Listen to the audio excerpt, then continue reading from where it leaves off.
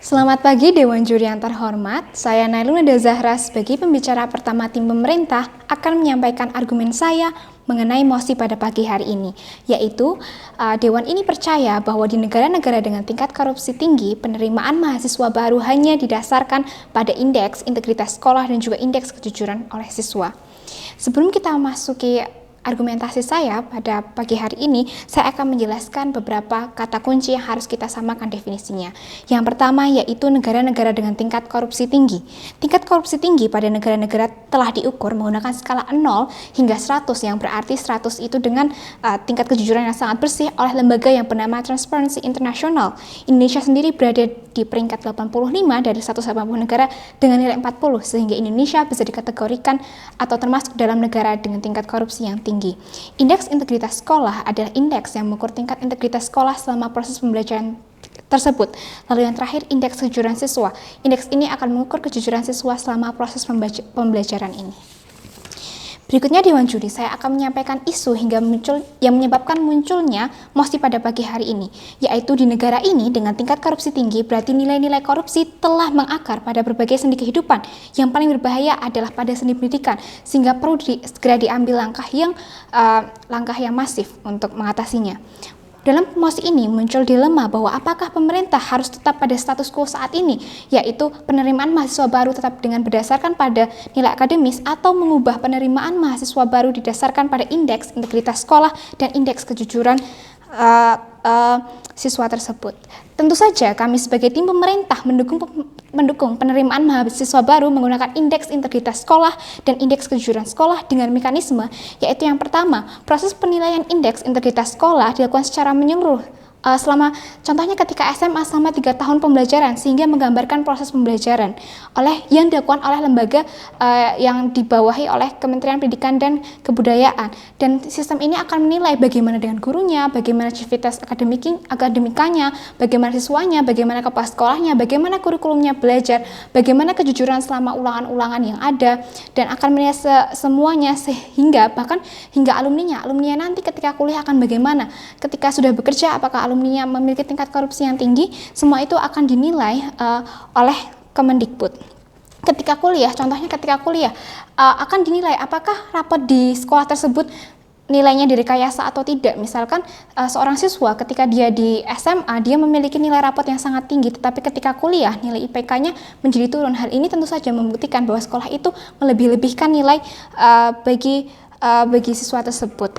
Kebijakan ini mendorong siswa, mendorong sekolah, mendorong civitas akademika untuk membangun sistem yang baik, membangun karakter yang baik, sehingga lulusan-lulusannya atau siswa-siswanya akan dapat diterima oleh universitas-universitas terbaik karena penerimaannya berbasiskan kepada indeks kejujuran dan integritas siswa. Untuk indeks kejujuran siswa juga akan dinilai selama proses pembelajaran selama 3 tahun tersebut. Salah satu contohnya melalui ketika UN, apakah mereka mengalami potensi kecurangan yang tinggi ataukah tidak. Berikutnya, perdebatan ini hanya akan berfokus pada perlu atau tidaknya kebijakan penerimaan mahasiswa baru berdasarkan nilai indeks kejujuran dan indeks integritas, tidak melebar kepada pembahasan teknis mengenai korupsi dan kualitas pendidikan. Tujuan dari kebijakan ini adalah untuk memerangi nilai-nilai korupsi sejak dini yang kepada siswa, dan juga menanamkan integritas sejak dini kepada siswa, serta untuk memprevensi tumbuhnya atau meningkatnya korupsi. Berikutnya, saya akan menyampaikan argumentasi pembenaran terhadap mosi ini. Yang pertama, tujuan eksistensi pemerintah sendiri dalam memerangi korupsi telah tercantum pada Undang-Undang Nomor 19 Tahun 2019 tentang pemberantasan korupsi. Pemerintah bertujuan untuk memerangi dan menurunkan tingkat korupsi pada negara dengan berbagai cara, terutama pada sektor pendidikan, menanamkan nilai-nilai kejujuran dan integritas, karena integritas sendiri merupakan kunci kemajuan bangsa. Karakter yang baik dari generasi-generasi penerusnya justru akan sangat berpengaruh terhadap keberlangsungan negara tersebut, yang sesuai dengan sila kedua Pancasila, yaitu kemanusiaan yang adil dan beradab. Beradab di sini tentunya memiliki integritas seperti kejujuran, keadilan, nilai agama yang baik, dan juga kesopanan. Sehingga berdasarkan tujuan eksistensi pemerintah yang berniat untuk memerangi korupsi sejak dini, maka kebijakan penerimaan mahasiswa baru yang didasarkan kepada indeks integritas sekolah dan juga indeks kejujuran siswa dapat dibenarkan. Berikutnya, pada saat ini, pada negara-negara tinggi, contohnya Indonesia, tingkat-tingkat korupsi yang sangat tinggi tentu saja sudah sudah mengakar pada kebudayaan masyarakat. Tidak hanya pada bidang pemerintahan saja yang dikorupsi, tapi contoh-contoh dari korupsi ini akan berlaku secara masif dalam kehidupan sehari-hari. Tentu saja hal ini sangat berbahaya.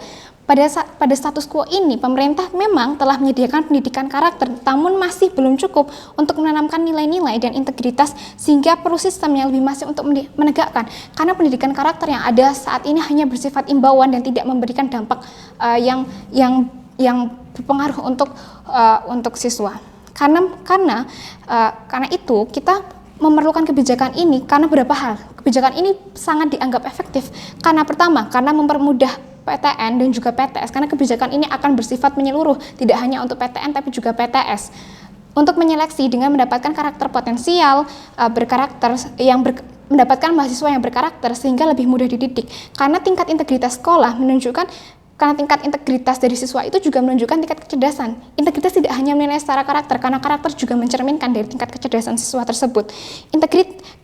Sehingga perguruan tinggi akan mendapatkan siswa yang memiliki karakter baik dan lebih mudah dididik, dan juga karena selain memiliki integritas juga memiliki kemampuan tingkat berpikir yang baik. Ketika berada di dalam dunia kerja nanti, bangsa ini juga akan diuntungkan karena akan mendapatkan tenaga-tenaga kerja yang tidak hanya berpikiran maju, berpikiran positif, tapi juga berkarakter baik dalam membangun sistem dalam bekerja. Oleh karena itu, hal ini sangat urgen untuk segera dilaksanakan karena akan merevolusi bangsa Indonesia, tidak hanya dari segi pendidikan, tapi juga dari segala sisi untuk menjadi negara yang kuat dan maju bagi generasi penerus bangsanya. Saya telah menyampaikan argumen pembenaran dan urgensi yang logis dan rasional, sehingga tim pemerintah berhak memenangkan perdebatan ini. Sekian, terima kasih.